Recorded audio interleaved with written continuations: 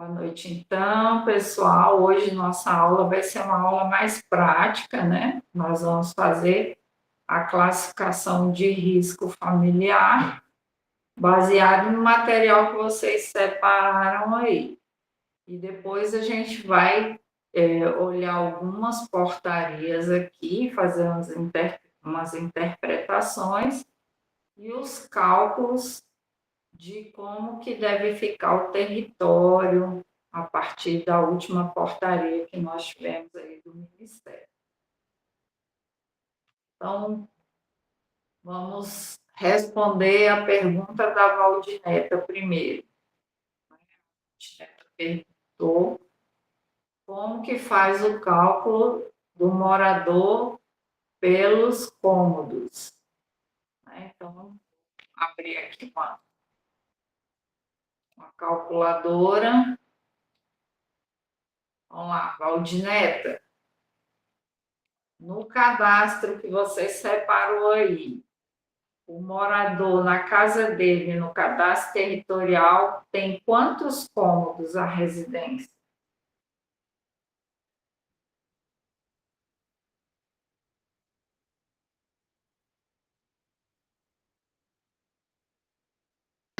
Tem 7.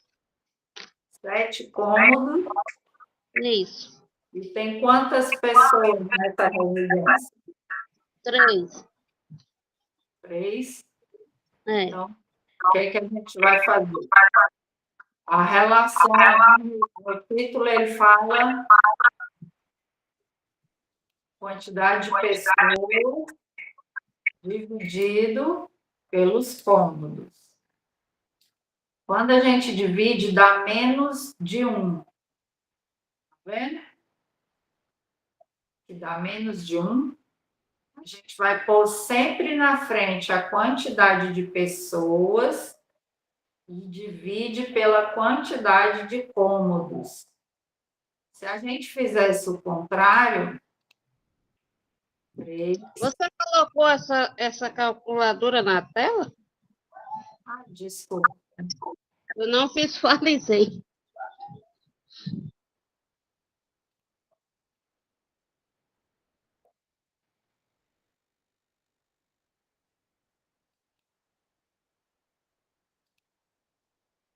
Consegue ver agora? Sim. Espera aí.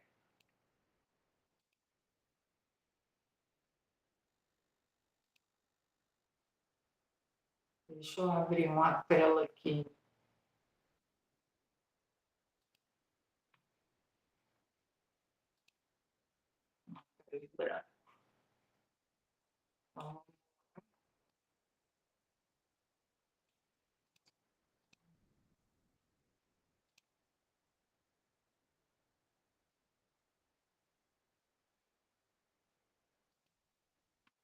Então, lá no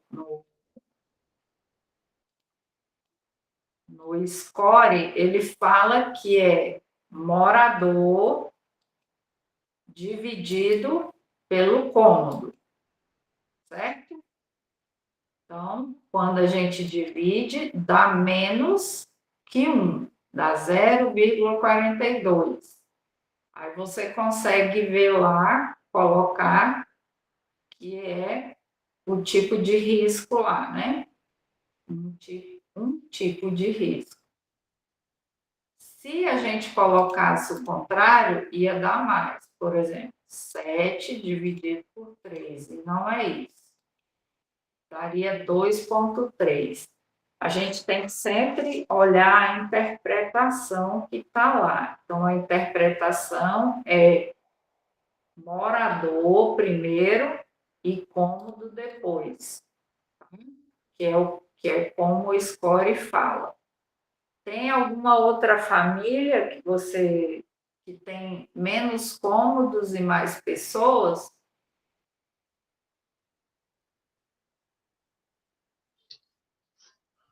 Não, Márcia. Entendi, só fiquei com essa dúvida.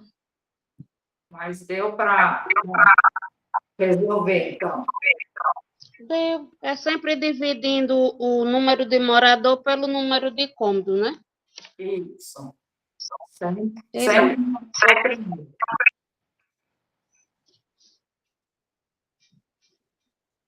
Alguém tem um exemplo aí de muitos moradores numa casa que tem poucos cômodos?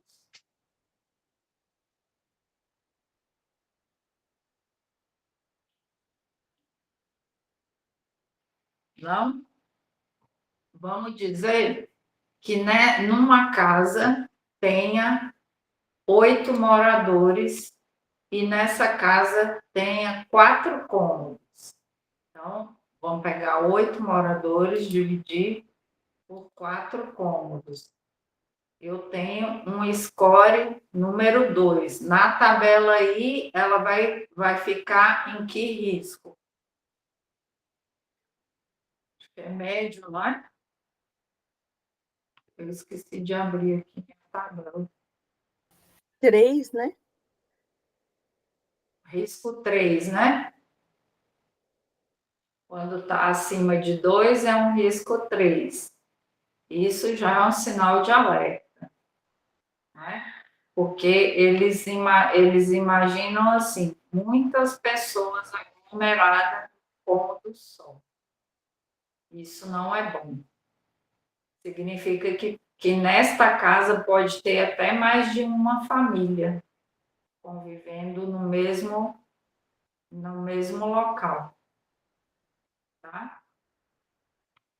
Então vamos lá. Quem tem um exemplo aí para a gente fazer o score da família inteira?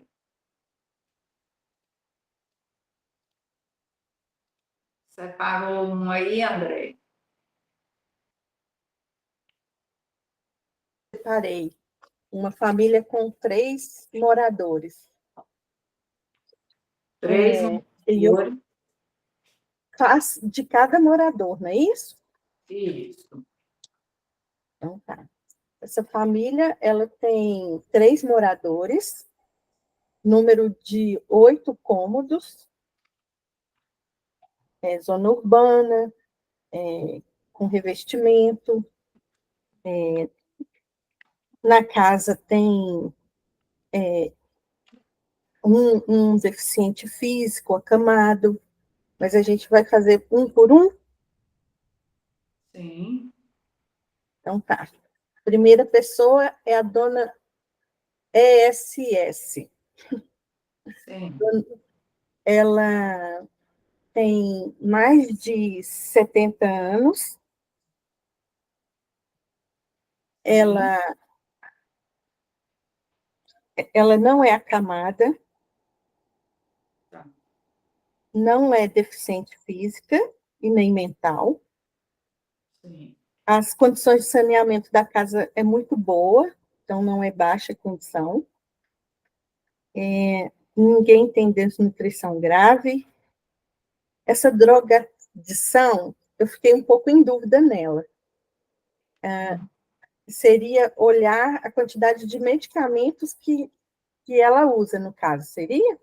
E se ela faz uso daqueles psicotrópicos, Ah, aquela medicação que é para acalmar, para sim.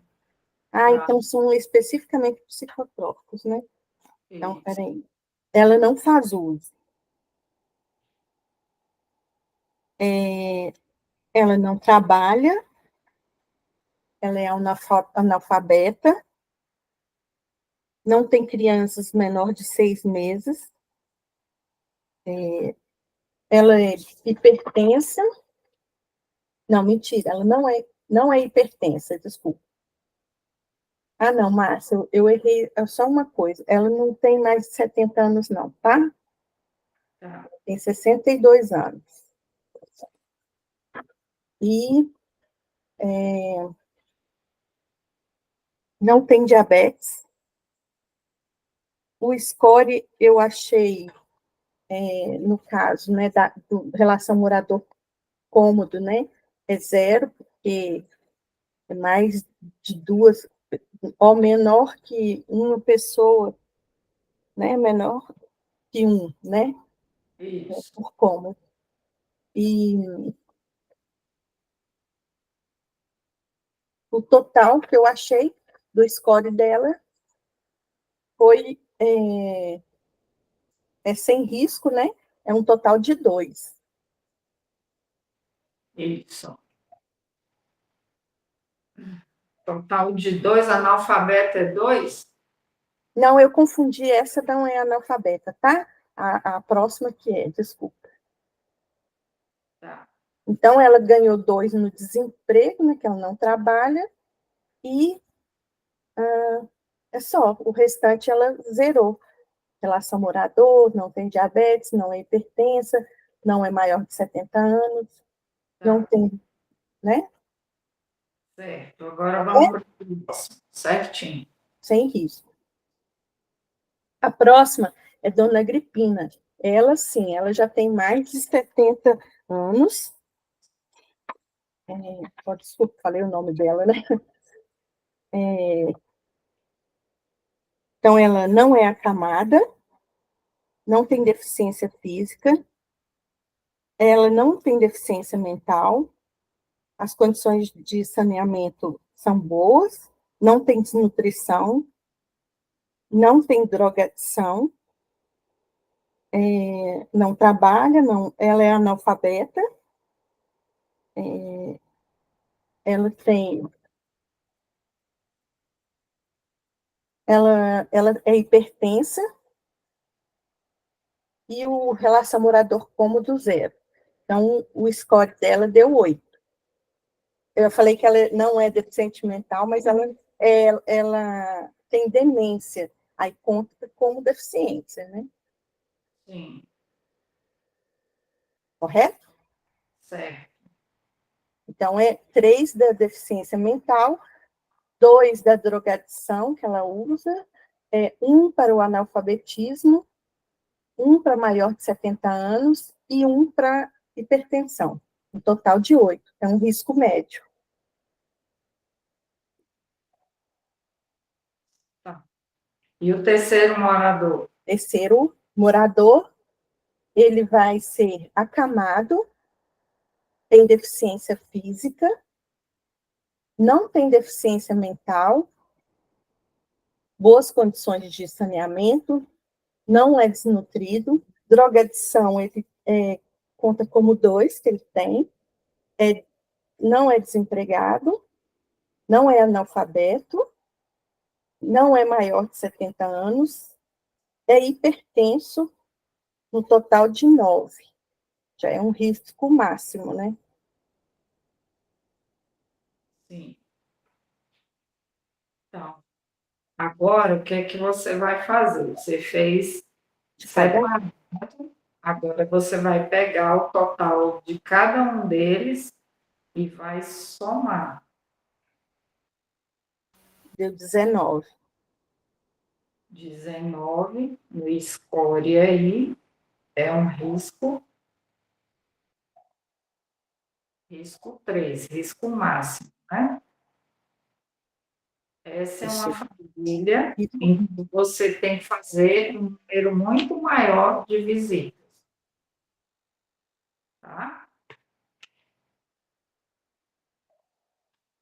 Vamos lá. Alguma outra família?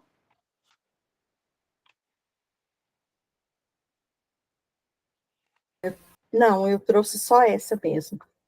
Tá. Valdineta, você trouxe alguma família?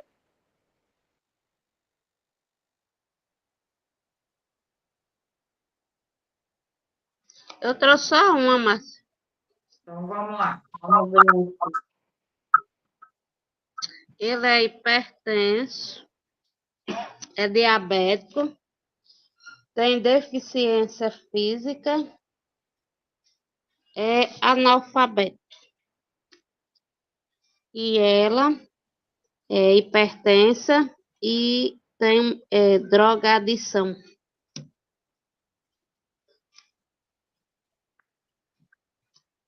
Tem mais algum morador na casa? Tem mais o quê? Tem mais moradores nessa família? Só mais um rapaz, mas sem problemas. Um Tá. filho. Então, vamos lá. Qual o total que deu?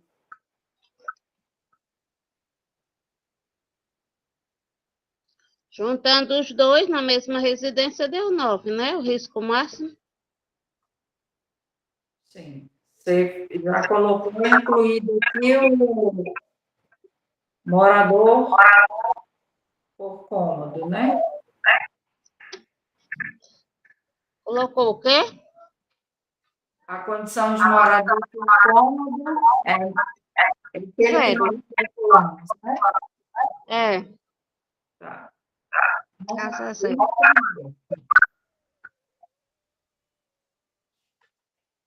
Vamos lá. Sani, você trouxe algum? Não trouxe não, que eu não tenho mais nenhum. Ah, é Eu verdade. fiz da outra vez, mas dessa vez eu não tenho mais nenhum sobre meu comando, né? Sobre minha direção. Verdade, eu tinha esquecido desse detalhe aí. Deixa eu voltar aqui só na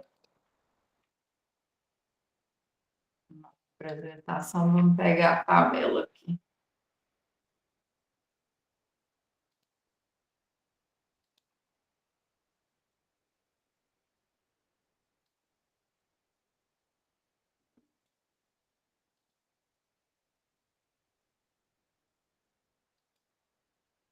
A partir da tabela, né, que a gente entende aqui, todos de vocês têm acima de risco 9, de um número de score 9, então ele tem um máximo de risco.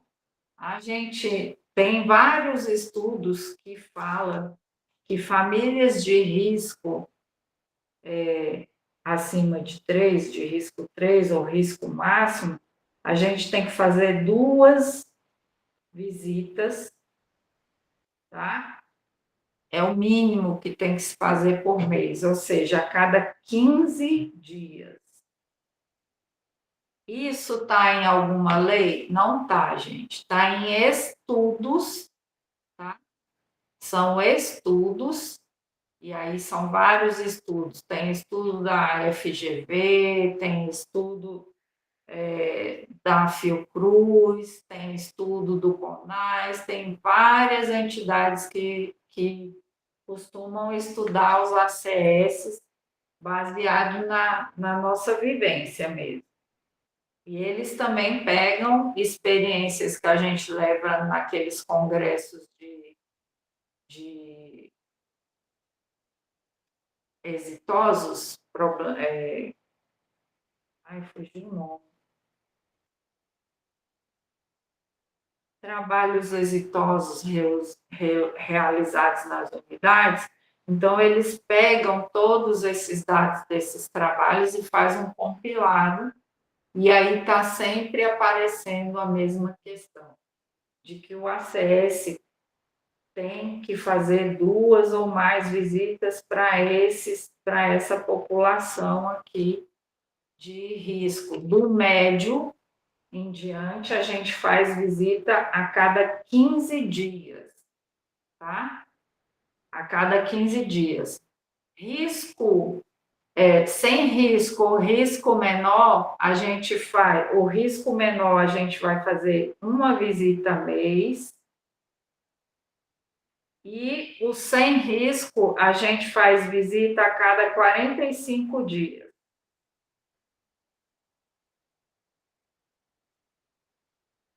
Quando a gente organiza a microárea, aí a gente consegue ver que, por exemplo, quantos dias eu vou ter, né? Aí nós vamos falar de visita domiciliar. Nós vamos começar a falar de visita domiciliar e fazer cálculos. Como que faz os cálculos para a gente saber quantas visitas a gente tem que fazer por mês? Antes de entrar nessa parte aqui, e aí a gente vai fazer como nas outras aulas, ficar pulando entre a apresentação e as portarias e os cálculos. Então, quando quando o PACS, né, o Programa de Saúde do Agente Comunitário de Saúde criado, eles fizeram uma série de estudos no decorrer do PAC. E aí, quando ele foi regulamentar a nossa profissão de agente comunitário, ele definiu as quantidades. E essas quantidades de família e quantidade de pessoas, no decorrer dos processos de ajuste das leis, das portarias, algumas partes dos textos, elas foram se perdendo. Não é que elas foram retiradas, elas não foram retiradas, elas foram se perdendo mesmo. Eu não sei por que motivo, pode ser, eu já vi muito de cola e copia, e inclusive na Penab tem coisas repetidas, e a gente vê que o funcionário que ficou responsável por aquele trabalho, ele estava copiando de um documento e colando no outro, e não prestou atenção na correção. Então, saiu portarias com coisas repetidas, e eu vou até mostrar para vocês. Então, por isso que a gente tem que ter a leitura de todas as leis do nosso processo, desde o primeiro processo de contratação dos agentes comunitários até o que a gente tem hoje. Por quê? Porque vai ter pontos das leis que elas vão mostrar coisas que lá no passado já tinham sido definidas e que se perdeu nos textos e não foram mais colocadas no texto, mas não porque elas não existem, mas sim por uma desatenção na hora de fazer a correção do texto. E aí eu vou mostrar para vocês o que eu descobri hoje, que eu já tinha lido essa portaria e não tinha prestado atenção. E hoje eu fiquei satisfeita, porque agora eu vou cobrar da minha gestão um ponto que eu vou mostrar aqui para vocês.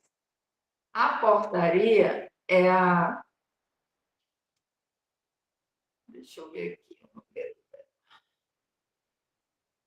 Portaria do Ministério da Saúde, número 1886, de 18/12/1997. Tá? Ela regulamenta o programa Agente Comunitário de Saúde. Tá? E ela dá os planos de ações e as metas. Ela estabelece os planos de ações e as metas que os agentes comunitários devem fazer. E aí, tudo que está aqui mudou pouca coisa, né? Porque fala de SUS, fala das nossas atribuições, lógico que algumas atribuições nossas mudaram, tá? Mas eu quero atentar aqui com vocês, é que ele vai falar uma coisa muito interessante, bem aqui, ó. Diretrizes operacionais. Tá? Depois desse documento, só houve a Penab de 2017, que também fala um pouco das diretrizes operacionais. Mas essa aqui, ela tem uns pontos que não estão nos outros textos e que eles só vêm nesse texto aqui quando interessa. Então, a gente tem que aprender também a levar esses textos para a gestão quando está fazendo territorialização. Está muito claro aqui, ó. O agente comunitário, vou começar aqui desse primeirinho aqui, ó. O agente comunitário de saúde deve trabalhar com a descrição de famílias em base geográfica definida. Mudou o texto até hoje? Não, né? Continua o mesmo texto. O que mudou para nós foi só porque eles não colocaram nesse segundo texto aqui, ó, que está grifado de azul, um Um agente de saúde é responsável pelo acompanhamento, no máximo, 150 famílias ou 750 pessoas. Aí, o que mudou nos outros textos para que a interpretação se perdesse? Nesse momento aqui do Brasil, a média familiar que o IBGE levantou era de 5 pessoas por família. E aí eu vou mostrar para vocês aqui. Se a gente pega 750 e divide por 5 pessoas, vai dar 150 famílias. Certo? Então, em 1997, a média familiar era de 5 membros por família. Hoje, a média que o IBGE calculou no último censo é que a média familiar brasileira é de 4 pessoas por família. Então, vamos pegar os 750, dividir por 4. O que nós temos, 188 famílias, porque a gente sempre arredonda para mais. Então, a média familiar diminuiu. Para que a gente se mantenha no teto, a gente pode ter, no máximo, 188 famílias. E a gente tem que aprender, mostrar um documento como esse aqui para o gestor e mostrar a realidade atual. Se ele for lá nos históricos do Brasil, ele vai ver que o censo retratava que naquela época a gente tinha, sim, a média familiar de 5. Então, por isso que era determinado que nosso teto máximo de famílias eram 150 famílias. Então, eles já fizeram esse cálculo para a gente não extrapolar, tá? Tem um quadro, que deixa eu ver se está neste documento.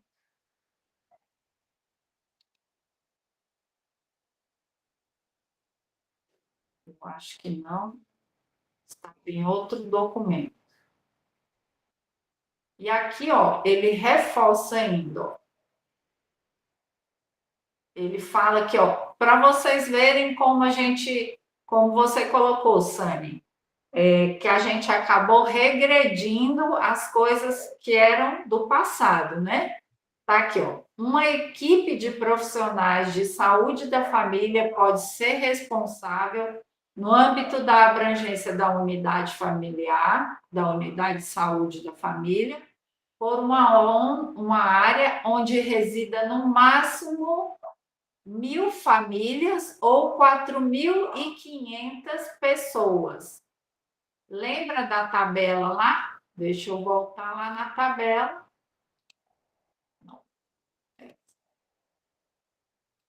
A nossa tabela que eles mostram aqui hoje é que a nossa unidade tem que ter um teto máximo de 4.500, tá vendo?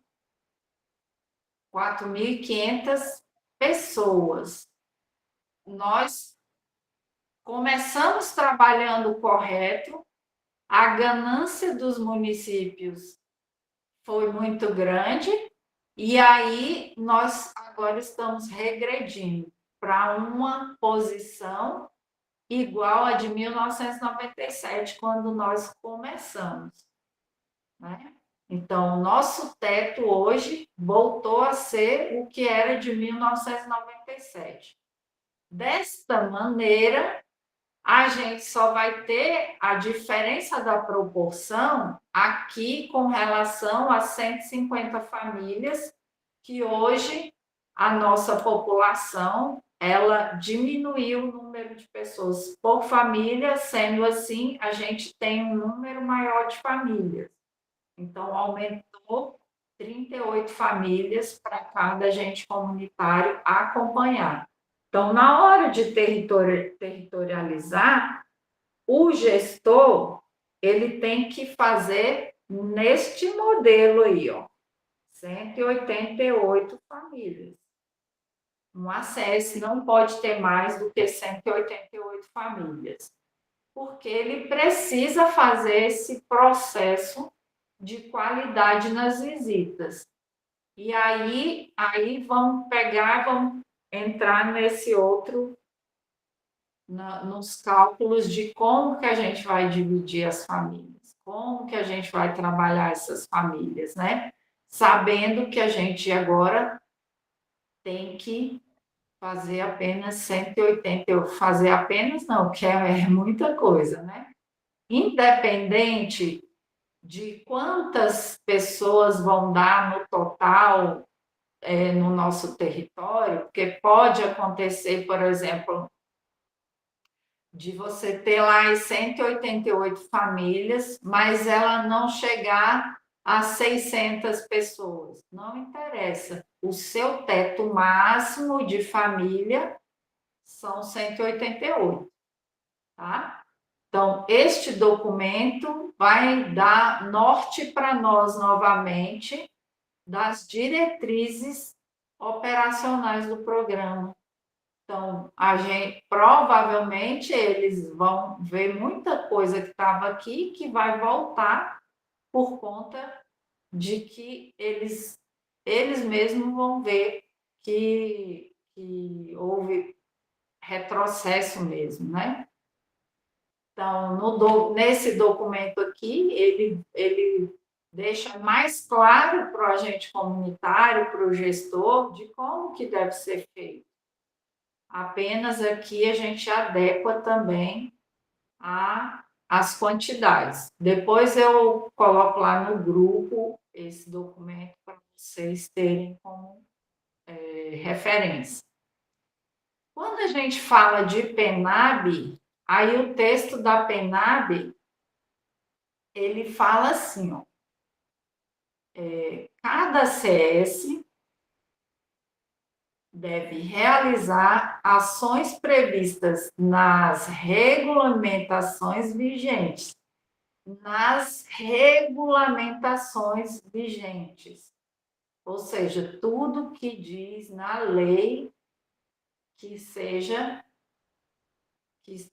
atualmente valendo. Então, se está valendo, vocês vão entender por que aquela lá ainda continua valendo.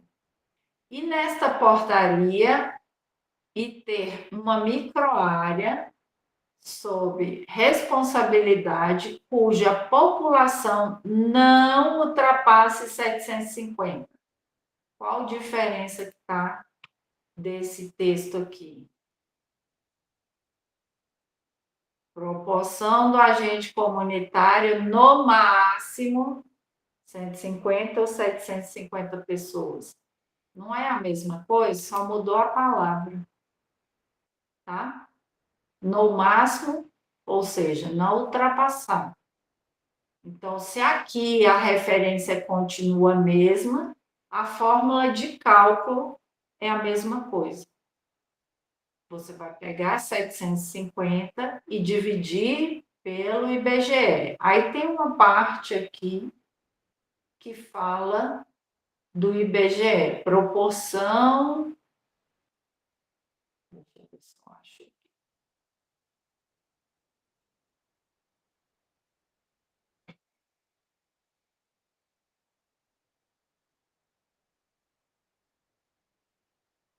Tudo tem uma lógica, tá, gente? Nada é feito de qualquer maneira. Às vezes, na hora da transcrição, é que as pessoas elas se perdem na hora de transcrever, por falta de atenção, sei lá, pode ter um monte de coisa, né?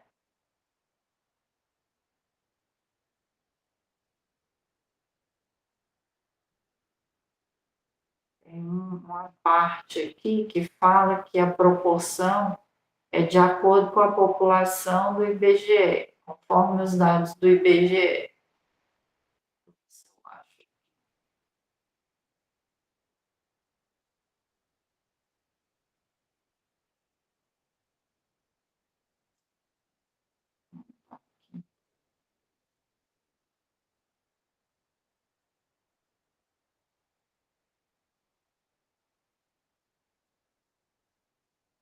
Acho que até na portaria nova, ela está dizendo isso, que o cálculo da área do território da unidade deve ser de acordo com a proporção pelo IBGE, que é justamente a média populacional do IBGE, que hoje são 4.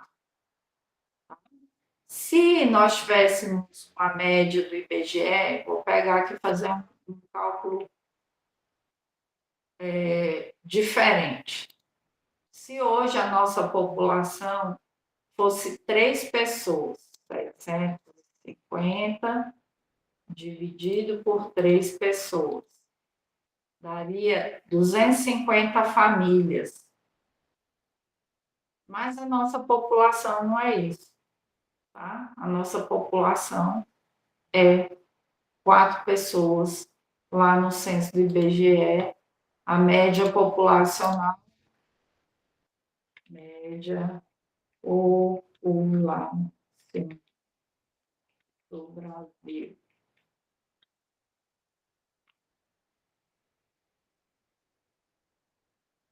4,5.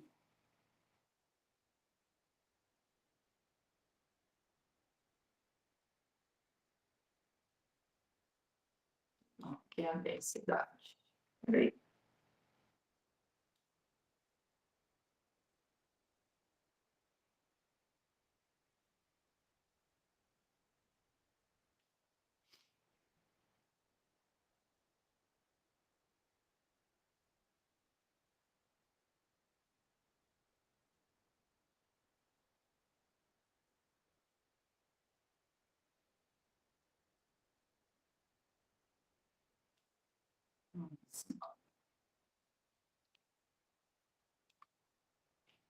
IBGE.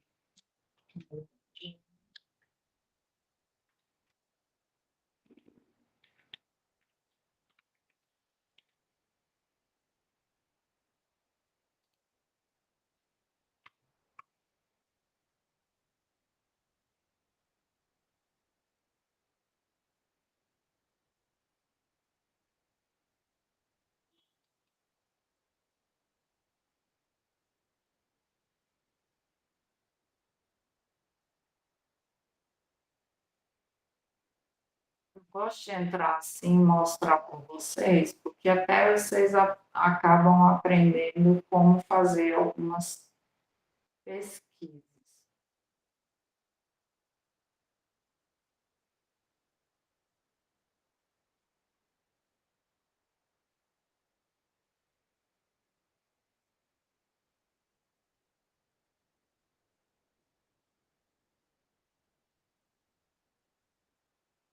Geralmente, o IBGE tem umas páginas específicas que eles colocam, aí tem que pesquisar com calma aqui dentro da própria plataforma, que ele mostra, porque eu não estou achando a página.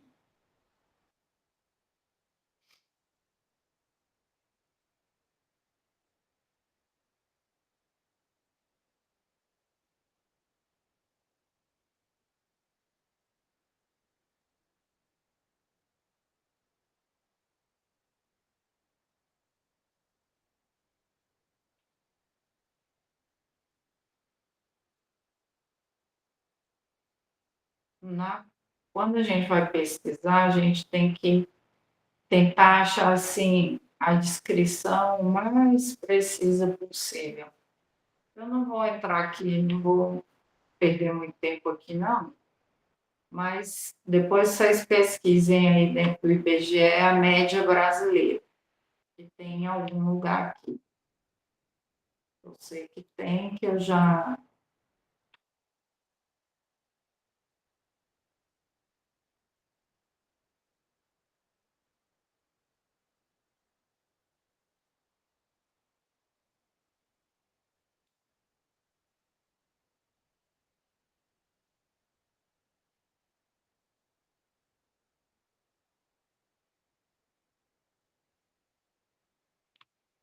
Depois vocês procurem aí com calma. Então, a nossa média brasileira, ela é de 4 por residência. E aí, vocês já aprenderam aqui como fazer, já viram o documento aqui, né? Que tem referência, então vocês podem provar que a fórmula de cálculo é feita dessa maneira. E aí vamos entender como é que a gente faz essas visitas. Deixa eu pegar aqui. Deixa eu ver aqui. Um calendário.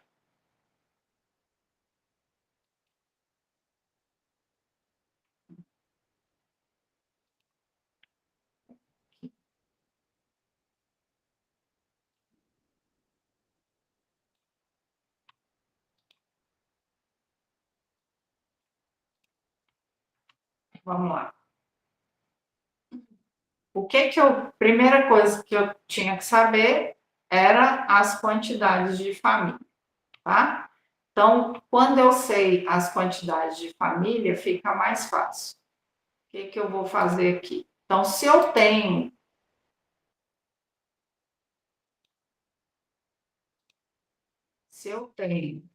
188 famílias, eu vou dividir no mês. Os nossos meses, os dias úteis dele, geralmente dá 18 dias por mês. Então, eu vou fazer também conta aqui, ó. Calculando isso.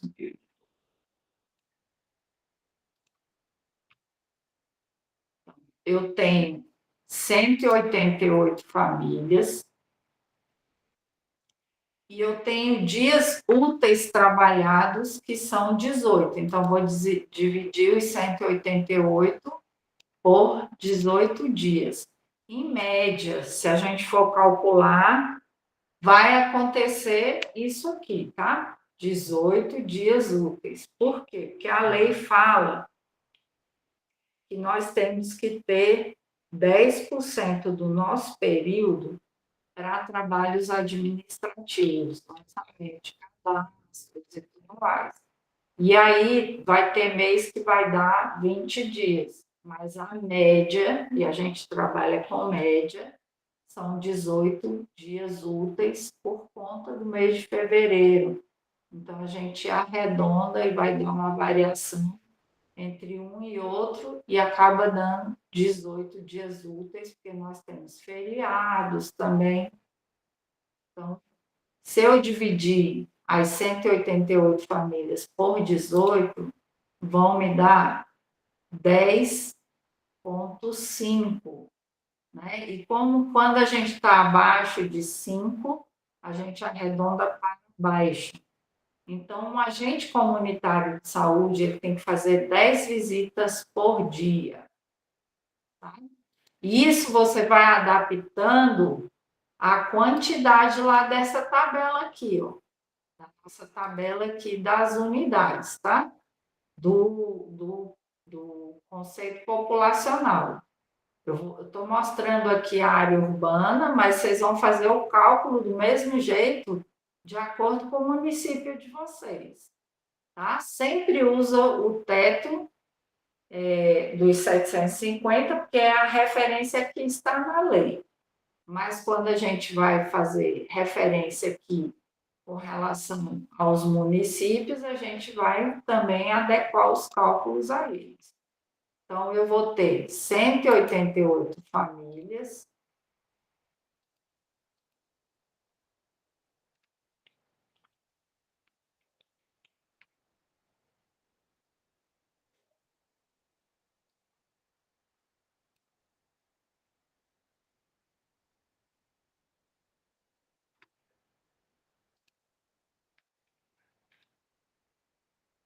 tenho 188 famílias. Eu vou fazer 18 visitas, ou são 18 dias úteis.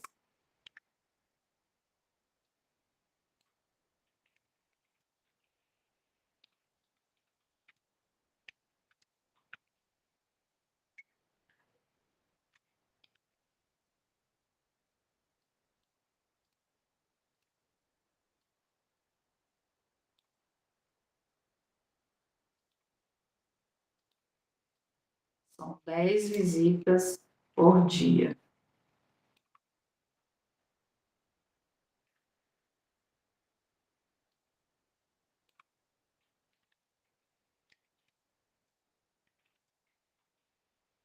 Então, eu já tenho referência para o meu planejamento. Eu tenho essas referências para o meu planejamento. Se eu tenho 10 visitas por dia, eu vou levantar quantas famílias eu tenho de risco, cada nível de risco, tá? Então, o agente comunitário de saúde só pode ter, no máximo, 20 famílias de risco 3. Se tiver mais do que isso,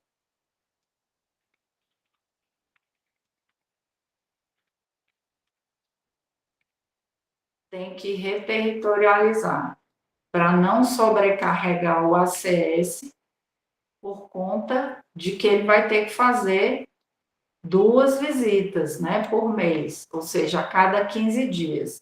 Então, se eu tenho que fazer 20 famílias de risco 3, se a gente for calcular aqui, são 40 visitas, tá? São 40 visitas, dessas 188. Vocês estão conseguindo entender a lógica aqui? Ou está confuso?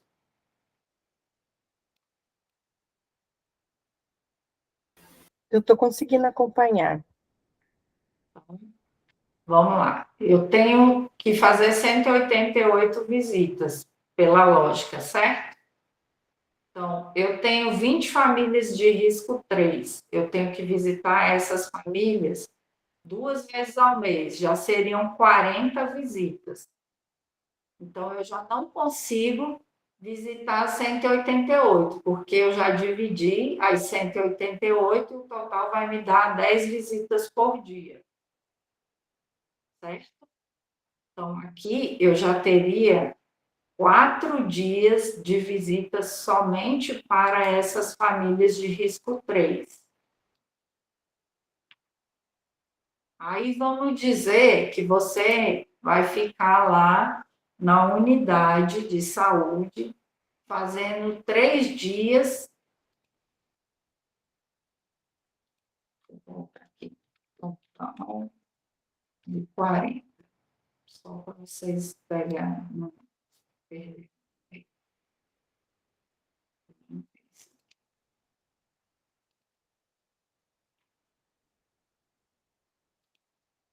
Vamos dizer que desses dias você vai ficar pesando Bolsa Família. Geralmente, quantos dias por mês vocês ficam fazendo pesagem de Bolsa Família aí na unidade de vocês? No mês. A gente usa um dia para minha área. Um dia no mês. A minha UBS era assim também, uma vez, um dia desse só. Então, um dia de pesagem.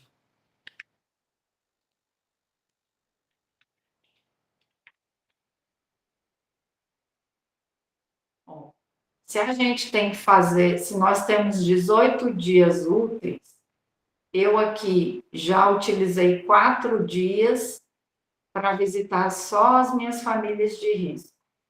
E mais um dia de UBS aqui, ó, eu já vou diminuir. Então, são 5 dias já perdidos. 18 menos 5, me sobra 13 dias, que eu consigo fazer, vamos dizer que todo o restante dessas famílias não são de risco, tá? Não vou nem colocar de médio aqui. Essas famílias não são de risco, então eu tenho que fazer uma visita, deveria fazer uma visita por mês, certo? Se eu tenho,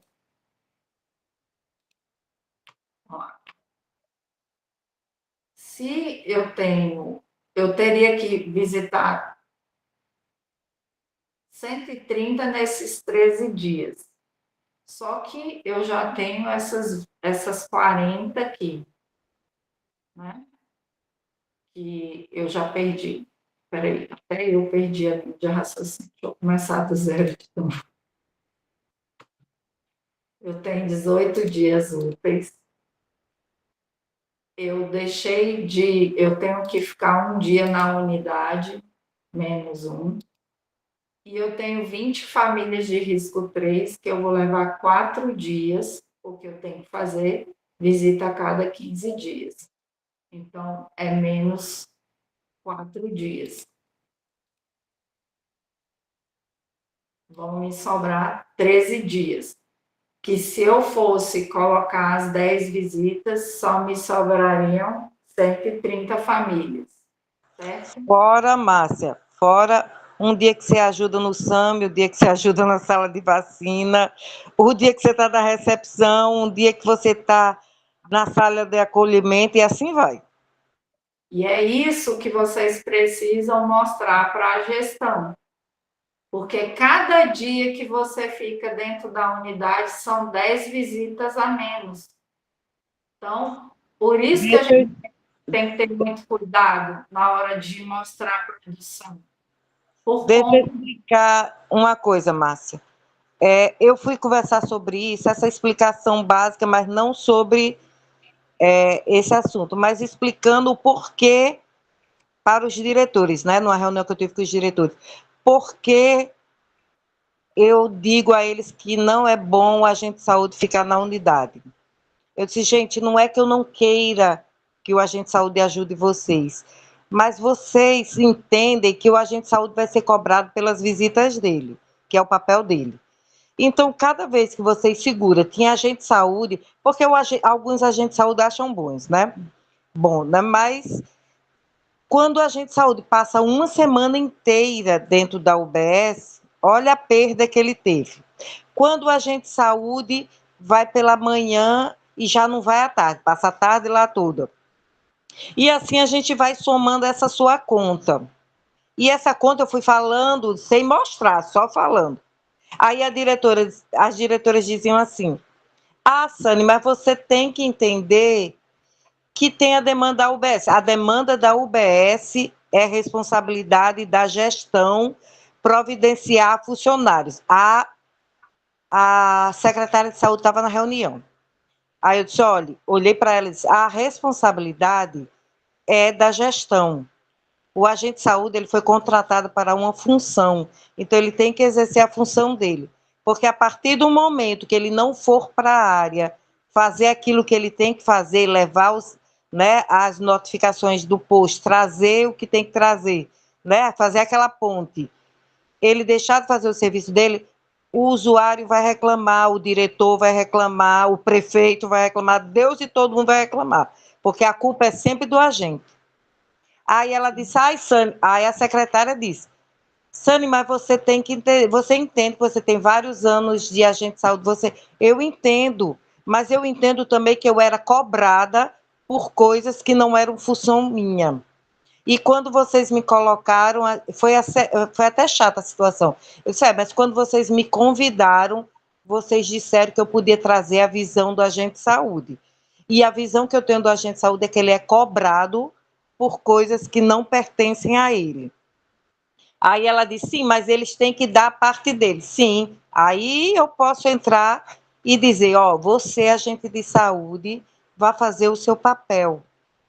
Não é sua obrigação estar no UBS, vá dar conta do seu papel, vá trabalhar com excelência. Aí quando eles vão lá na minha sala, eu digo sempre isso, gente, faça o papel de vocês. A parte que é gestão é responsabilidade da gestão. Entendeu? Aí você começa a ser mal vista. É aí que começa os nós. Começa o povo a olhar meio torto da secretaria, mas eu tenho que levar a voz que é do agente de saúde. Eu não fui para lá para levar a voz do agente de saúde, então eles têm que me ouvir. Né? Se eles não querem me ouvir, eles me botam de volta na área. Mas eu estou ali para ajudar os meus colegas e mostrar o papel do agente de saúde. E mostrar aquilo que ele tem que fazer. Agora, eu quero muito que meus colegas também entendam o papel dele. Porque quando você entende seu papel e faz com excelência, como você sempre diz, faz com excelência, as pessoas param de olhar feio para você como uma pessoa preguiçosa ou escorona, ou que ganha com a cara, né? Que o agente de saúde é tido assim, Sim, e começam a ver que você faz um trabalho diferenciado. sim. Isso faz toda a diferença mesmo. Quando você tem. Primeira coisa é conhecimento. É o que eu bato sempre na tecla de todos os cursos aqui, vocês estão cansadas de ouvir. Vocês precisam, todo ACS tem que ter o conhecimento e aprender a fazer essas continhas aqui. Porque quando você começa a fazer essas contas, a sua mente começa a trabalhar de outra maneira, que você vai trabalhar muito mais tranquilo. Então, eu já pego lá meu calendário, quando eu recebo todo início de mês, a enfermeira, ela faz lá a tabela de quem vai ficar dentro da unidade, quantas vezes vai ficar, em média eu fico 3 ou 4, e eu sei que 3 ou 4 são 40 visitas a menos. Então, quando aconteceu, acho que foi janeiro, ela tinha entrado há pouco tempo e a gestão cobrou lá a questão de visita. Eu fui lá e sentei com ela, mostrei, né? Mostrei como é que funciona. E aí, nunca mais eu tive cobrança com relação à minha produção, por conta de que as minhas coisas estão bem organizadas nesse sentido, de que, nesse dia, unidade de saúde, quantas famílias eu tenho? Então, tem tudo muito bem claro. E aí, quando você tem tudo isso bem claro na sua mente e no seu trabalho, você vai trabalhar mais tranquilo. A gestão pode reclamar quanto for. Você vai simplesmente provar para ele. Eu tenho X quantidade de família. Eu estou ficando X tempo dentro da unidade. Você quer que eu faça o quê? Se eu tenho que ficar lá na rua fazendo, eu só consigo, a minha capacidade é de fazer isso. E a lei também me respalda que eu só posso fazer isso. Vai ter dia que eu vou fazer mais? Vai. Tem dia que o dia tá bom, que as pessoas estão bem e que a gente consegue fazer um pouco mais. Mas não vai ser todas as vezes assim. Né? Porque se a gente quer dar um atendimento de qualidade para o paciente, a gente tem que ouvir. E para ouvir, você tem que perder lá, né, de certa forma, perder um tempo, 20 minutos, 30 minutos. Tem família que você vai perder 1 hora, outras você vai perder uma manhã inteira. E é isso que o Ministério quer que a gente volte a fazer, né? Fazer essa escuta lá no território. E para fazer essa escuta, a gente tem que saber dividir o tempo das coisas, né? Uma visita pode levar 20 minutos, mas pode levar 40. Eu sempre faço uma comparação do tempo de visita com a do médico, né? Um médico, ele usa 20 minutos para fazer uma consulta dentro da unidade de saúde. Vai ter consulta que ele vai levar 40 para ouvir um único paciente. Quando nós vamos na residência, nós vamos ouvir uma família inteira. Não é só um paciente. Então, é diferente. a gente tem que ter sempre uma média de 40 minutos por família, no mínimo 30, né? Porque aí a gente vai fazer uma mediação entre famílias. Por isso que dá 5 visitas de manhã e 5 visitas à tarde. E a gente ainda tem que administrar 10 minutos, 10% do nosso tempo para fazer o trabalho administrativo. Então, aqui, se eu tenho 18 dias úteis, 10% desse tempo são 2 dias, que a gente vai arredondar para mais. Então, aqui, eu tenho que tirar mais 2 dias, que é para mim lançar cadastro, lançar visita, ajustar o que precisar, atualizar, fazer a escrita manual das atas, dos relatórios, porque tem muita coisa que a gente ainda faz manual. Então, me sobra aqui, ó, espaço para me visitar 110 famílias. E aí que a classificação de risco vai me ajudar. Por quê? Porque a diferença de 110 mais 20 famílias vai dar 130 famílias, certo? Então, vamos lá. Se eu tinha 188 menos 130, 58 famílias vão ter que entrar no meu próximo mês. Porque lembra que eu falei que a família sem o risco, eu posso fazer visita de até 45 dias? E você entende que essas 58 vai sobrar mais uma quantidade no mês que vem? Então, a gente vai ter dessas famílias que não são de risco, que são as 168, eu vou ter que fazer um rodízio com elas, e aí eu tenho que estar muito atento na minha microárea, para as 58 que eu visitei fora do mês, elas no próximo mês não serão visitadas. Aí eu tenho que visitar mais 58 que eu não tinha visitado ainda. E assim eu vou fazendo um rodízio da sobra dessas famílias para que eu não consiga, para eu conseguir fazer as visitas todas no período de um ano em todas essas famílias. Eu vou sempre fazendo esse rodízio. O que vai acontecer? Vai ter família que a cada 3 meses vai olhar para a minha cara.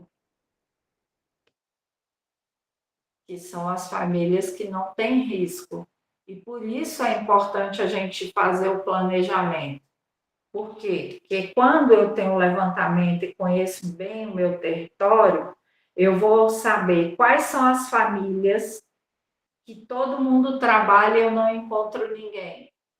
Essas famílias eu vou colocar no meu planejamento da visita, dos rodízios. E assim eu vou administrando as minhas famílias, para mim não ficar sem fazer as visitas prioritárias. Por quê? Porque nós temos ainda famílias de risco 2. E eu, obrigatoriamente, eu tenho que visitar elas no mês. Então, se eu aqui tenho que visitar a cada 15 dias, a de risco 2 eu tenho que fazer obrigatoriamente as visitas no mês. Então, vamos dizer aqui que eu tenho mais 20 famílias de risco 2. Essas eu não posso deixar de visitar. Vou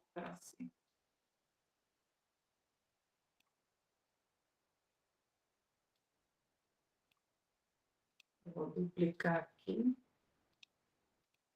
e colocar de risco 2.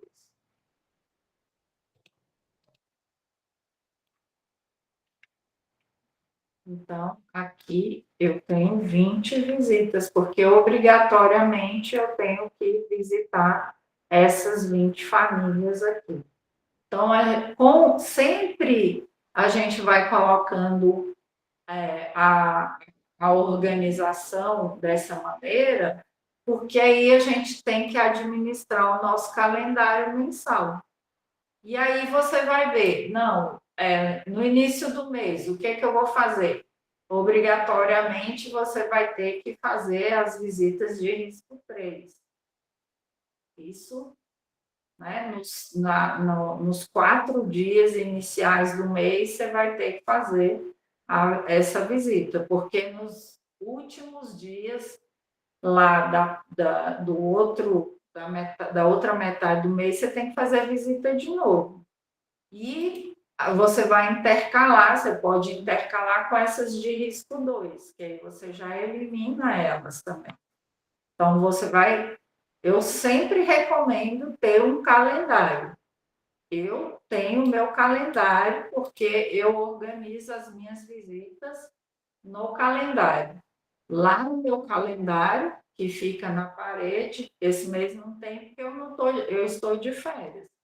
Mas eu já vou imprimir o do próximo mês. Então, quando eu for fazer visita, a primeira coisa que eu pego no meu calendário coloco todos os dias que eu vou ficar dentro da unidade em plantão, seja do Bolsa Família, seja do que for.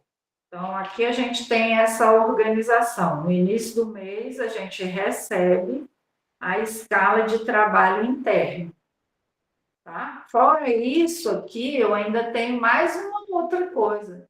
Eu tenho as reuniões de equipe, que são a cada 15 dias. Ou seja, eu fico aqui, para mim, eu fico três dias na pesagem por mês, tá?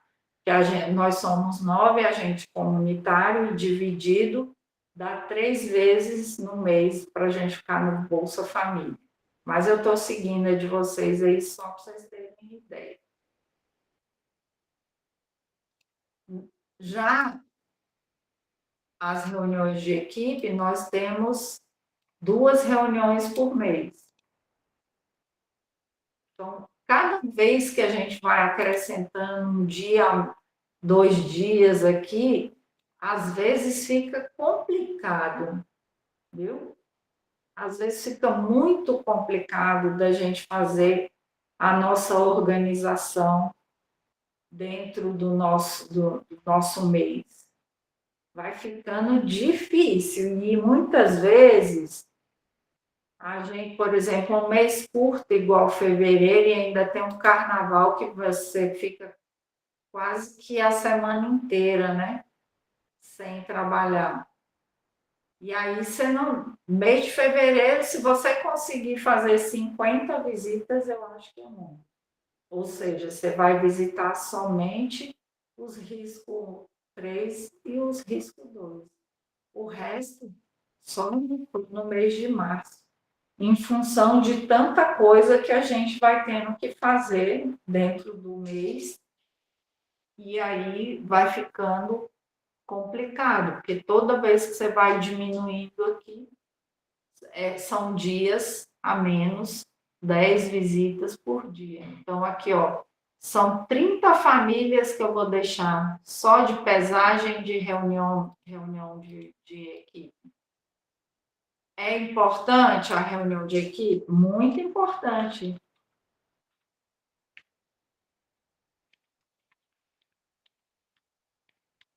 Tem que ter reunião de equipe. Mas, dependendo do mês, a gente tem uma defasagem muito grande.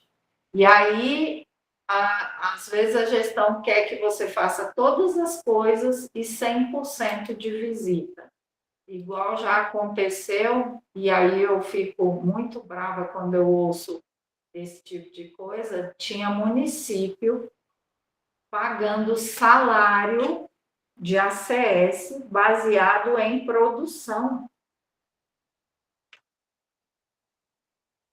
A lei não diz isso. Né? A lei não fala isso. A lei nos garante os 2 salários mínimos. Ponto. Produção, você pode até fazer a troca disso aí, passar a produção, quando a gente tinha lá os indicadores, que aí a gente recebia a cada 4 meses um X valor. Então, você poderia, dentro desse valor extra que a gente recebe do incentivo, você poderia cobrar produção. Mas aí a gente tem 2 pesos e 2 medidas em função disso aqui, de ter a quantidade de visitas limitadas em função do tempo que você fica dentro da unidade realizando outras atividades, né? Então, é bem complicado. Vai ter reunião do grupo de gestante. Vai ser o dia inteiro? Vai ser só meio período? Que aí a gente também vai contar. Esse vai ser só meio período, então quer dizer que eu tenho possibilidade de fazer 5 visitas. Já vai ter um prejuízo menor na questão que a gente tem aqui, das visitas, né? Então, tudo isso tem que estar no planejamento do nosso trabalho. Não adianta fazer se você não consegue, pelo menos, entender os processos. O processo é definir microárea conforme a lei, né? Definir o número de famílias, verificar a quantidade de dias úteis no mês, fazer a classificação de risco familiar e ver as quantidades de visita, quantas famílias você tem de risco 3 para você planejar a quantidade de visitas que você vai ter naquele mês, quantas famílias você tem de risco 2 que obrigatoriamente você tem que fazer uma visita no mês, e as outras famílias que são de risco baixo ou risco habitual ou nenhum risco, você vai fazer um rodízio entre elas para fazer visitas a cada 45 dias. Ou seja, sua produção nunca vai ser 188 famílias dentro do mês. É ilusão achar que isso vai acontecer. Nunca acontece. Dos 4, 5 anos que eu organizei minhas áreas, eu nunca consegui visitar 100% dentro do mês, nunca. Nunca consegui. Mesmo quando não tinha organização, eu nunca consegui. Eu sempre priorizei as famílias, porque eu nem entendia muito bem, hoje eu já entendo muito, né? Então, eu priorizava aquelas que tinham maior necessidade mesmo. Mas as outras, eu não sabia como eu fazia. E aí a gestão cobrava muito, muito da gente. Então, eu fui estudar, fui entender, fui ler. E a gente tem que ler muito, principalmente as portarias, porque, às vezes, um detalhezinho, como está nessa aqui, de que ela está dizendo o número máximo, né? E ela aqui já nos dá uma referência muito boa, porque a gente pode aplicar em todo o resto, já dá um norte do que um gestor que chega lá e obrigatoriamente né? Tem agente comunitário fazendo mais do que 750. Isso é inadmissível.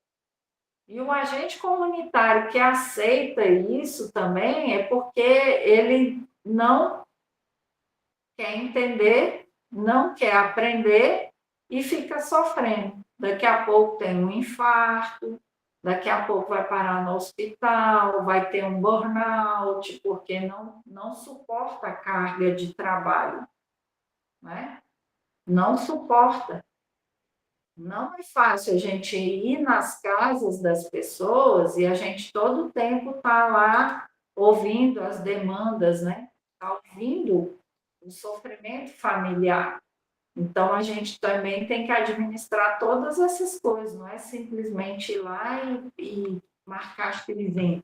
Porque, às vezes, eu percebo, não sei se é uma coisa que vocês percebem aí também, que a gestão acha que a gente só marca xizinho nos relatórios, nos cadastros. Eles acham que é só isso.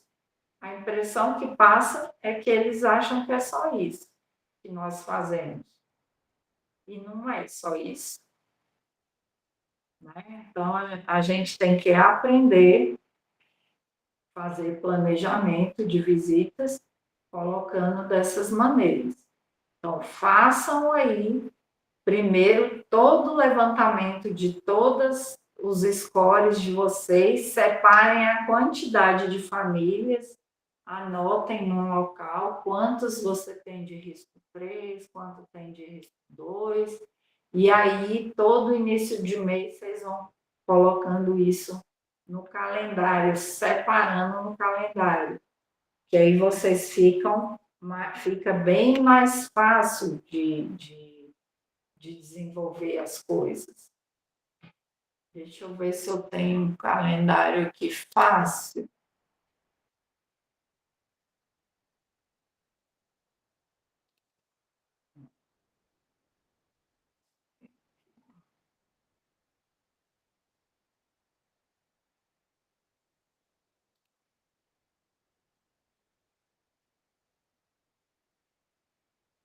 Não tem. Depois eu vou mandar para vocês um modelo de calendário que eu utilizo aqui. Eu faço manual, gente, tá? Eu escrevo manual. Lá, todo início de mês, eu coloco o nome do mês, e aí eu escrevo os dias do mês, de 1 até 30, de 1 até 31, de 1 até 28 ou 29, e aí eu vou separando já no meu calendário, porque eu sou uma pessoa muito visual, então eu consigo ir organizando. Então, qual é a data da reunião de equipe? Eu já coloco lá no meu calendário. Qual é as datas que eu vou ficar na pesagem do Bolsa Família? Já coloco lá também. Aí eu sei quantas pessoas eu tenho, quantas famílias eu tenho de risco 3, quantas eu tenho de risco 2. E aí, nas minhas visitas, nos dias que sobraram aqui, coloco lá, visita da quadra tal, do endereço X até o endereço Y.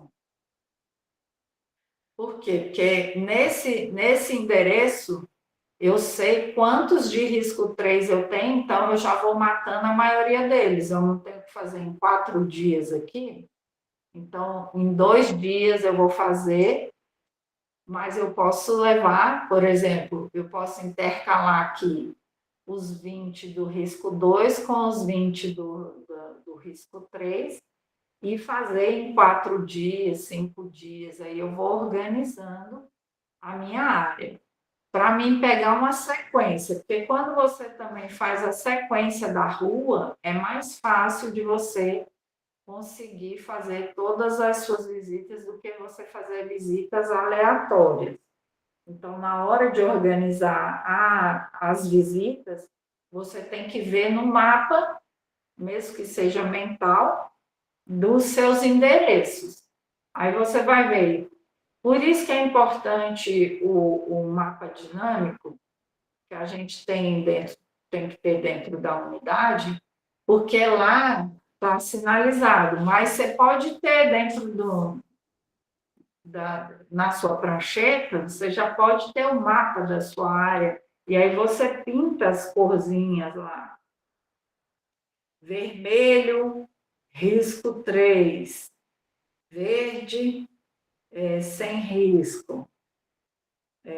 Amarelo, risco 2. Aí você já vai pintando as casinhas e aí você sabe. Porque aquela sequência você sabe que vai fazer todas as famílias necessárias. Tá? Aí fica bem mais fácil de você organizar a questão de visitas. Quando você tem os mapas sinalizados, que você tem aquelas pessoas. Aí, depois disso que você sinalizou, você também tem lá os hipertensos diabéticos. Você pode dar uma corzinha, porque ele faz parte aí. Ó. Geralmente, O hipertenso diabético, ele vai estar entre o risco 2 e o risco 3. Ele nunca vai estar sozinho num baixo risco, porque sempre vai ter mais coisas naquela família do que somente um simples hipertenso. Não, vai ter mais coisas. Então, você vai estar sempre com ele nas famílias de risco 2 e na família de risco 3, tá? Então, obrigatoriamente, isso aqui você vai ter que fazer. Aí, por exemplo, a minha área, eu tenho 22 hipertensos hoje. Eu tinha 20, tinha 18, mas em média entre 18 e 22. Hoje eu tenho 22. E aí eu já sei que aqui obrigatoriamente eu tenho 20 famílias para visitar, porque elas vão estar entre essas 40 aqui, ó. Tá? Porque dentre delas eu tenho mais coisas. Eu tenho pessoas acamadas, eu tenho diabéticos, né? Eu tenho as gestantes que vão acabar também, de certa forma, entrando num desses riscos aqui. Na lógica ele não está, mas ela faz parte de uma família que tem mais coisas. Então a gente também tem que fazer uma seleção disso aí. Vamos dizer que eu tenho fora, a minha gestante, ela não está em uma família nem de risco 2 nem de risco 3, ela está sem risco. Eu vou colocar lá, eu tenho 3 gestantes. Fora essas 40 visitas aqui, ou as 60 visitas, eu tenho que colocar as gestantes para me visitar. E aí a gente vai depois que a gente faz essa ordem da classificação de risco, a gente faz a ordem dos indicadores. Tá? Então, tem toda uma lógica. Então, aí você vai colocar quais são os indicadores. Os indicadores de hipertensão diabético já está aí no risco familiar, mas uma gestante, uma criança até 2 anos, nem sempre ela vai estar nessa família de risco. E aí a gente tem que colocar elas também como prioridade de visita. Então, por isso que é importante você fazer o planejamento de visita.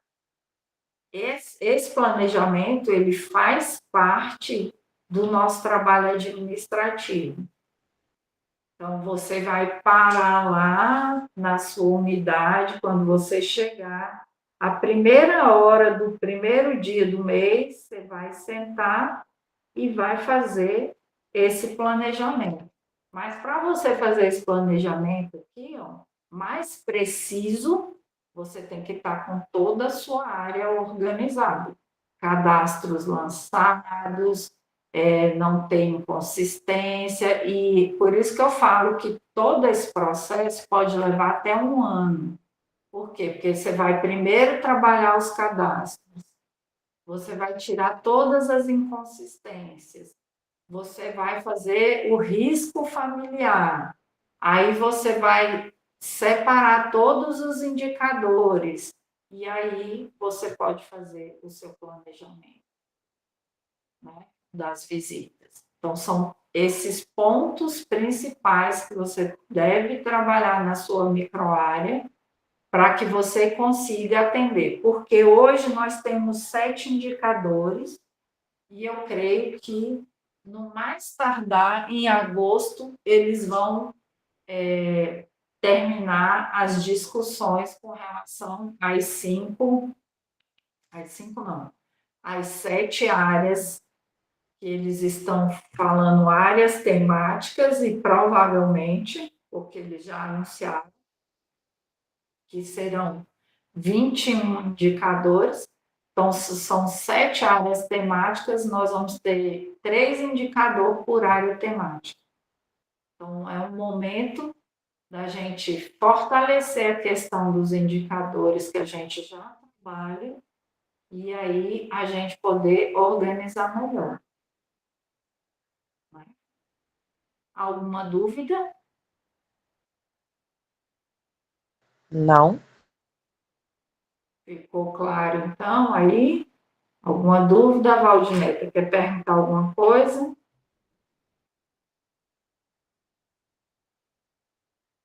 Não? Então, se vocês tiverem dúvida aí no processo de desenvolvimento aí da organização, aí vocês podem me perguntar lá pelo WhatsApp, tá? Eu espero que tenha ficado clara essa questão das visitas. Se não ficou, a gente combina depois um outro dia, eu vou tentar trazer uma didática um pouco diferente para poder ficar mais claro.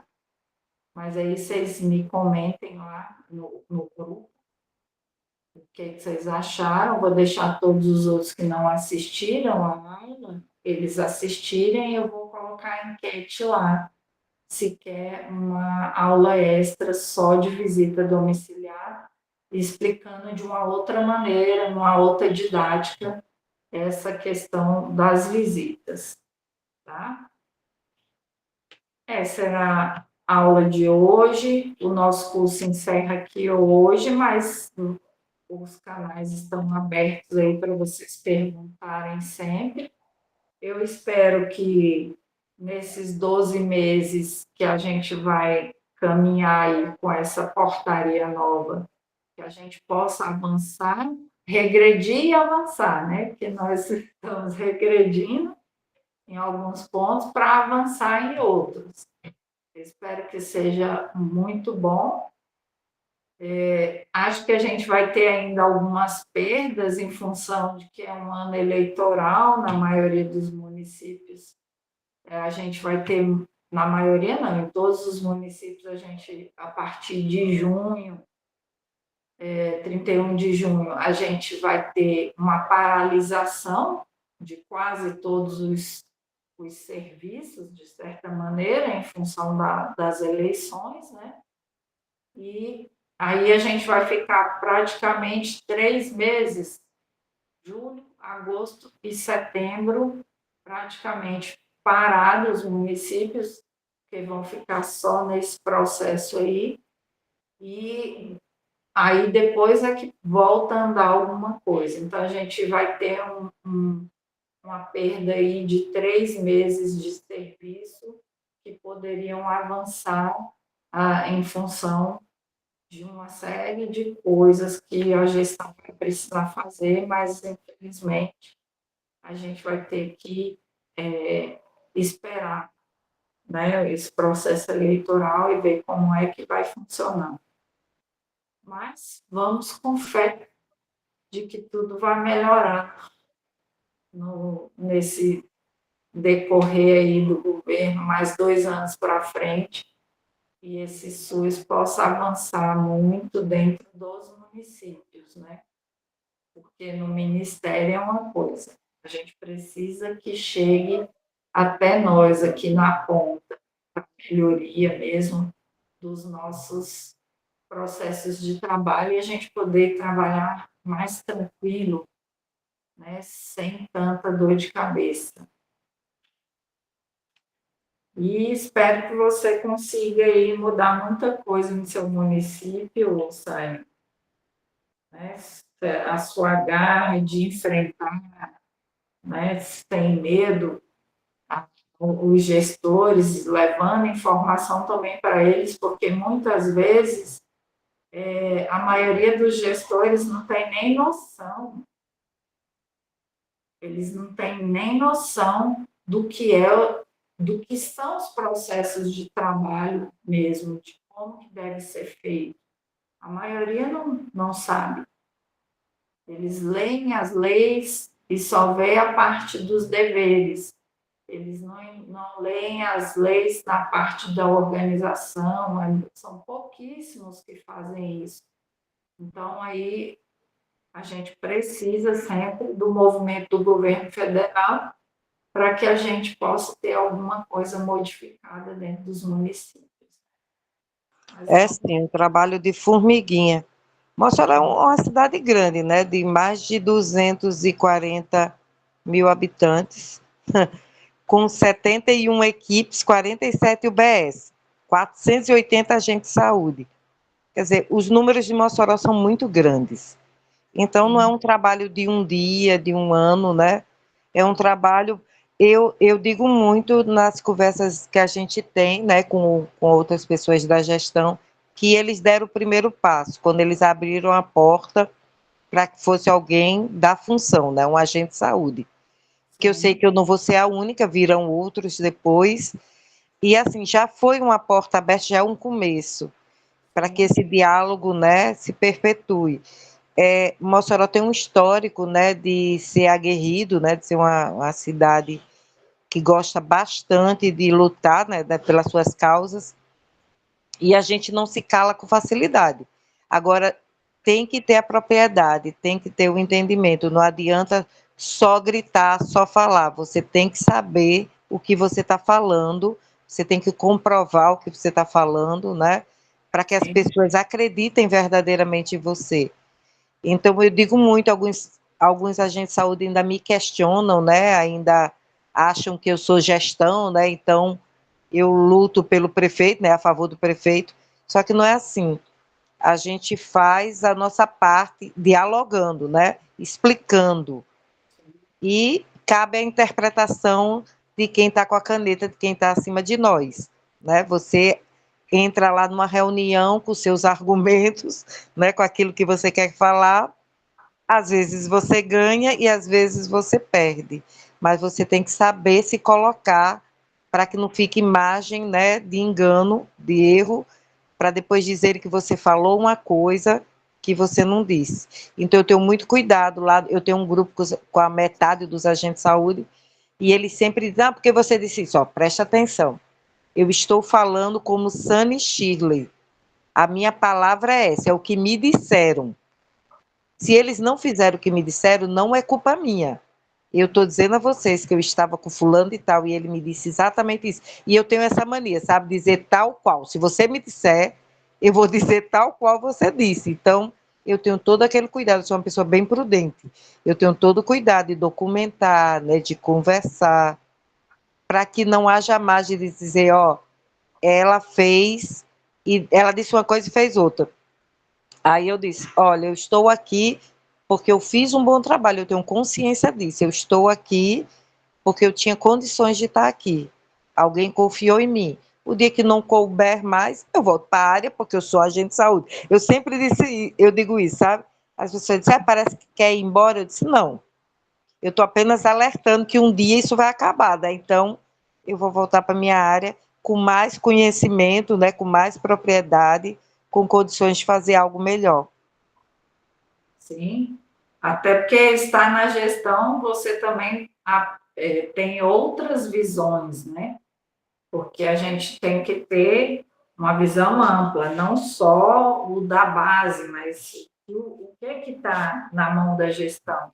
Porque muitas vezes a gestão, dependendo do município, ela também fica restrita, ela até quer fazer as coisas, mas ela depende de outras hierarquias também e fica limitada. E a gente precisa entender, e por isso o papel da barganha, que é muito importante, né? Vamos ver até onde a gente consegue nesse ponto aqui, porque cada ponto a mais que a gente consegue é uma vitória muito grande, né? Para a categoria em si, né? Dentro de cada município. É muito importante, é muito bom ver os colegas assim, em posições um pouco mais privilegiadas e que realmente mostram lá dentro das reuniões e procuram sempre estar mostrando com clareza como que é que funciona na ponta. Que às vezes só tem lá os engravatados, que eles só entendem aquilo que está no papel, mas entre o papel e o que se executa tem uma diferença, né? Então, é importante a gente juntar as duas coisas e sempre buscar melhorias. Esse seu ponto aí da escuta é muito importante. Fale, Valdinei. Márcia, me tira uma dúvida. Em relação quando a gente participa dessas atividades coletivas, como é que essa produção entra para a gente? É uma visita? Você sabe me explicar? Olha, na verdade, sua enfermeira é que vai lançar você na visita, lá na atividade coletiva. Ela, antes, aqui no nosso município, a gente trabalhava errado, para não ficar sem a produção, a gente mesmo que lançava. Só que não é correto, tá? Agente comunitário não pode lançar atividade coletiva. Essa produção lançada por agente comunitário, ela é invalidada quando chega no CISAB. Então, a equipe inteira perde. Quem tem que lançar é o enfermeiro, e aí dentro lá do módulo de atividade coletiva, ele tem como adicionar todos os profissionais que estavam participando daquela atividade. Então, lá ele vai, se tiver todos os ACS participando, ele tem que ir lá e buscar pelo nome de cada um e colocar lá no quadradinho, dizendo que eles estavam participando como profissionais da saúde. Tá? Então, existe uma maneira de lançar, só eles que podem fazer esse lançamento. Não, eu sei que, assim, geralmente quem lança é ela ou o dentista, que é essas questões mais de PSE na escola, né? Mas a minha pergunta é assim, em relação, porque assim, você tem uma meta 10 visitas por dia. Aí, no caso, a gente passa o dia trabalhando PSE na escola, manhã e tarde. Aí a minha dúvida é em relação a isso. Aí quando lança lá, essas visitas são contadas como uma visita, qual é a proporção? Essa é a minha dúvida.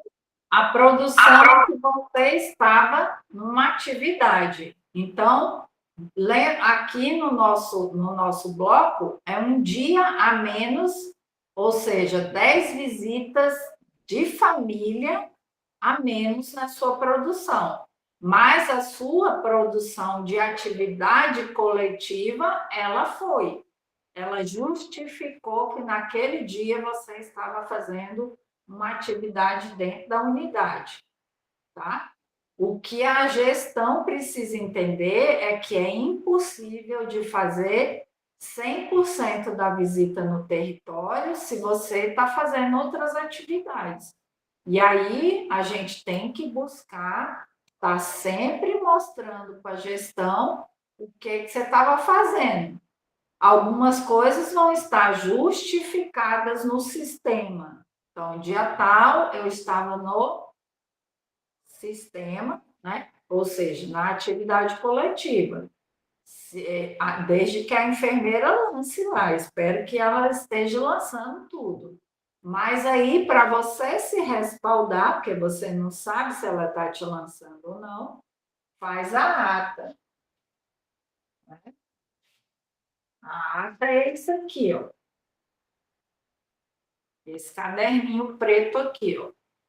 Aí, o que é que eu faço? O dia que eu estou em atividade coletiva, para garantir, eu escrevo aqui. E aí, eu peço para ela carimbar e assinar. Então, aqui, ó, tudo que eu faço dentro da unidade tem o carimbo. Tá bem aqui, ó, o carimbo dela. Tá? Então, eu peço para carimbar com relação a qualquer coisa que eu não tenha certeza de que vai ter lá um registro. Então, eu pego e escrevo na ata e coloco para ela assinar. Porque eu me respaldo, que a gente não sabe da natureza do ser humano. Hoje ele pode estar bom com você, amanhã ele quer te ver pelas costas. Então, você se respalda com a ata. Né? Aí você relata lá. No dia X, eu estive com a equipe fazendo a atividade coletiva do PSE no período da manhã na escola tal, no período da tarde na escola tal. atendemos as atividades X, coloca tudo bonitinho. Quando é no final do dia, você leva e pede para ela assinar e carimbar. Ela vai ler o conteúdo, vai dizer se concorda ou não e vai assinar. Se ela não concordar ou não quiser assinar, você coloca uma observação. Enfermeiro, coordenador da equipe, se recusou a assinar para me dar o respaldo da atividade coletiva, embora espero que esteja sendo lançado no sistema. Você tem que colocar tudo bonitinho. E acontece de não querer assinar. Eu tive algumas coisas que não quiseram assinar, mas aí eu coloco a observação. Porque se no futuro acontecer qualquer coisa, eu tenho, isso é um documento e, pela lei, ele pode ser utilizado via judiciais como prova, tá? Então, é sempre importante a gente se respaldar de qualquer momento de dúvida que você tiver com relação a outros profissionais ou com relação a pacientes. É sempre importante. É assim que funcionam as atividades coletivas. Aí você vai ficar, aquele dia que você ficou fazendo essa atividade, são 10 casas a menos que você vai visitar. Porque não tem condição de você fazer, você correndo.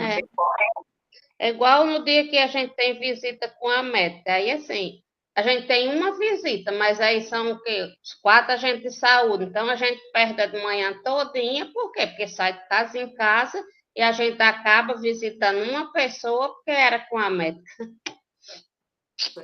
Mas, Quando você faz a visita com o médico, vocês vão também nas casas dos pacientes das colegas? vamos sim, porque o carro vem, aí todo mundo já vai de uma vez. Tá. Então, o que é que você vai fazer? Vai fazer a ata também e você vai relatar o seu paciente, tudo que foi dito no seu paciente, vai colocar embaixo assim: acompanhei nas visitas domiciliares da colega X. E aí você pede para cada uma dessas colegas assinar sua ata, além da enfermeira ou do médico que foi e fez a visita no seu paciente. Então, além do médico que vai assinar com você, carimbar, e os seus colegas também têm que assinar sua ata, porque aí você vai relatar lá que teve também que você acompanhou o paciente de fulano de tal. Se você quiser colocar o nome do paciente, você pode colocar, põe alguns dados básicos e coloca o nome do agente comunitário que foi junto, tá? Porque tudo isso vai te respaldar de mais 10 visitas que você não tinha que fazer, que você tinha que fazer e não deu. Se fosse só o seu paciente, você poderia fazer pelo menos 5, mas não, teve que fazer de todos os outros colegas, aí não tem condição, né? Então, a gente tem que aprender a justificar as coisas por meios legais. E a forma mais correta que a gente tem é através da arte. Tá? E aí você vai sempre diminuindo. Quantos dias você estiver fazendo coisas dentro da unidade, é menos, para cada dia, menos 10 visitas. Entendeu? Quando a coordenadora de vocês, a enfermeira de vocês for cobrar, e você pega tudo aquilo lá e você fala, ó, dia tal, dia tal, dia tal e dia tal, eu estava dentro da unidade. Isso significa que cada dia desses são 10 famílias que eu não consigo visitar. Entende? A gente tem que aprender a justificar. Então, hoje ninguém me cobra mais nada, porque eles sabem que eu estou fazendo de forma correta. Essa minha ata, ela frequenta a sala da enfermeira constantemente. Porque qualquer coisa que aconteça, eu levo lá para ela me responder. E a gente tem que fazer. No início, eles acham estranho. Aí você tem que explicar que você está se respaldando devido a isso ou devido àquilo, entendeu? E aí depois vai ficando, eles mesmos se sentem seguros em assinar e carimbar. Antes, as enfermeiras pediam a ata e ficava com ela lá o dia inteiro, lendo aquilo, não sei quantas vezes. Hoje, ela sabe que o que eu escrevo lá é o que está acontecendo, ela passa um olho e já carimba e assina me entrega. Ela lê, mas não fica mais aquela coisa, o que, que eu vou fazer? Elas devem ficar pensando mil coisas, né? Teve enfermeira que ligou até para a chefe direta dela lá para saber. Aí a chefe direta, não, pode fazer, ela está só se respaldando de uma situação, entendeu? E quando não quer, aí eu explico, olha, por causa disso, e disso, e disso, mostro situações que já me aconteceram, então aí elas entendem e aí passa a assinar e carimbar sem problema, tá? Mais alguma coisa, Valdinei? Não, Márcia, muito obrigada.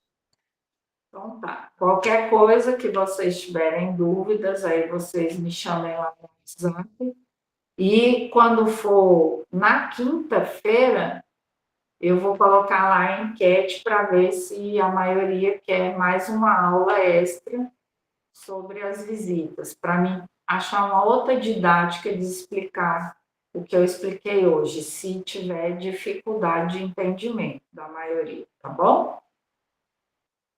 E a gente vai se falando aí, até eu ter um tempinho para fazer um outro curso com vocês, ou fazer uma aula extra. Mas a gente vai ter aulas extras aí, que eu estou aguardando o Ministério falar mais coisas, principalmente a respeito dos indicadores.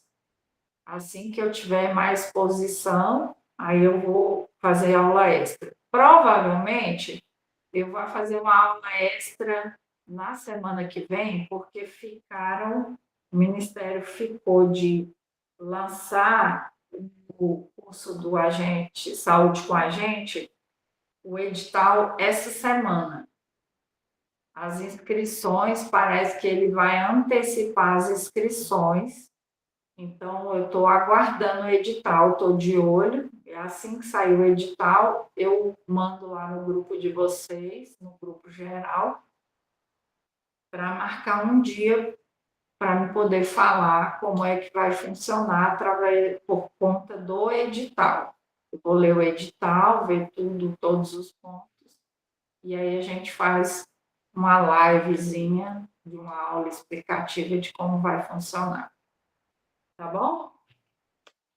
Muito obrigada por vocês participarem mais uma vez aí, e a gente vai se falando lá no grupo. Boa noite para vocês e até mais. Boa noite, Márcia. Boa noite, Valdinei. Tchau. Tchau, boa noite para vocês também.